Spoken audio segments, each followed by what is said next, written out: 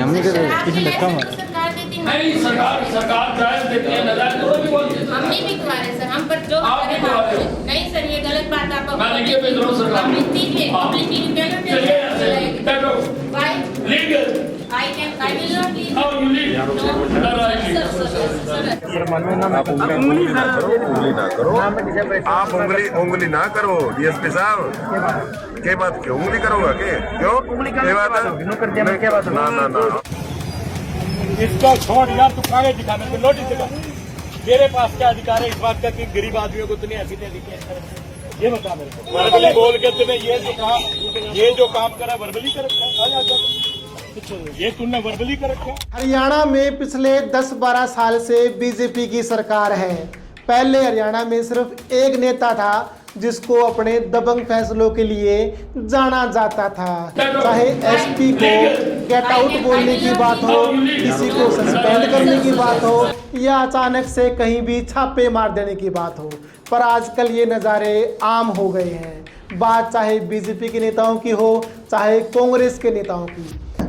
सबसे पहले बात करते हैं सिरसा से कांग्रेस विधायक गोकुल सेतिया की, जो जहां जाते हैं उनका कैमरा उनसे पहले वहां पहुंच जाता है। किसी भी सरकारी अफसर को धमकाने में बिल्कुल भी नहीं हिचकिचाते ये भाई साहब। विधायक कांग्रेस के हैं पर गुणगान बीजेपी का करते नजर आते हैं। सिंघम बढ़ने की पूरी कोशिश जारी है इनकी। अब उसके बाद में आजकल चर्चाओं में है जींद से विधायक और हरियाणा सरकार में डिप्टी स्पीकर कृष्ण मिड्ढा, जो सरकारी अफसर को धमकाते हुए, बाजू पकड़ के घुमाते हुए, नीचे बिठाते हुए अक्सर नजर आ रहे हैं। यानी कि सिंघम बनने का सुरूर इनको भी चढ़ा हुआ है। नमस्कार, मैं कमल लोहान और आप देख रहे हैं सिटी बिग न्यूज़ की खास रिपोर्ट। 2024 की रिपोर्ट के मुताबिक दुनिया के सबसे भ्रष्ट देशों की कतार में खड़ा है भारत। भारत का स्थान 180 देशों में से 96वां नंबर है। 96वें नंबर पर आते हैं हम लोग। अब सुनिए असली कहानी। भर्ती घोटाला, पेपर लीक, फर्जी नियुक्तियां। हरियाणा स्टाफ सिलेक्शन कमीशन और पब्लिक सर्विस कमीशन से लेकर शिक्षण स्थानों तक हर जगह पर्ची और खर्ची का जाल बिछा हुआ है। 2024 में हरियाणा पुलिस विभाग में सबसे अधिक रिश्वतखोरी के मामले सामने आए। 104 ट्रैप मामलों में से 34 पुलिस अधिकारियों के खिलाफ थे, जिनमें से एक मामला 12.5 लाख रुपए की रिश्वत का था। जनवरी 2025 में हरियाणा सरकार ने 370 भ्रष्ट पटवारियों और 170 दलालों की पहचान की और 15 दिनों के भीतर कार्रवाई करवाने के निर्देश दिए, पर आज तक आखिर इन पर कोई एक्शन क्यों नहीं लिया गया। 2023 में 2 वरिष्ठ आईएएस अधिकारी विजय सिंह दहिया और जयवीर सिंह को भ्रष्टाचार के आरोप में गिरफ्तार किया गया। कोर्ट केस चला, ट्रायल चला और हरियाणा सरकार ने 21 दिसंबर 2023 को दोनों अधिकारियों को बहाल कर दिया, यानी कि फिर से नौकरी ज्वाइन करवा दी इनकी। एचपीएससी के अधिकारी अनिल नागर को घूस लेते पकड़ा गया।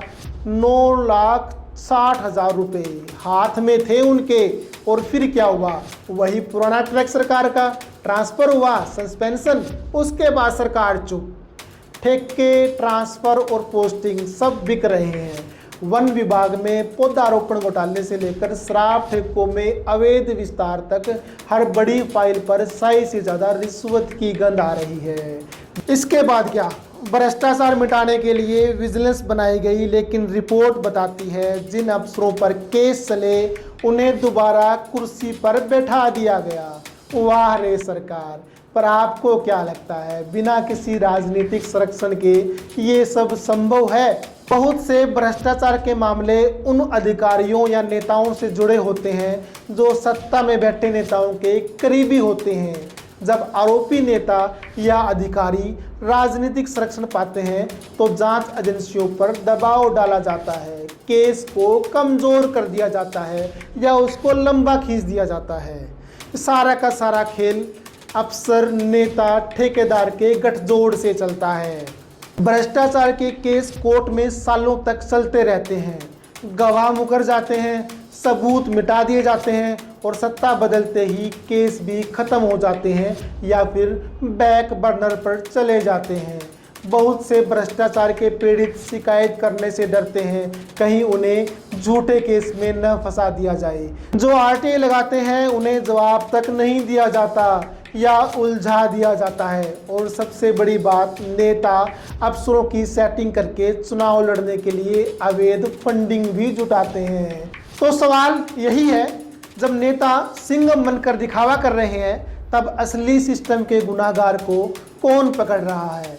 अंदर तक भ्रष्ट हो चुके इस सिस्टम को सुधारने का कोई मास्टर प्लान है सरकार के पास, या फिर पिछली सरकारों की तरह आप लोग भी सिर्फ इवेंट मैनेजमेंट ही करते रहोगे?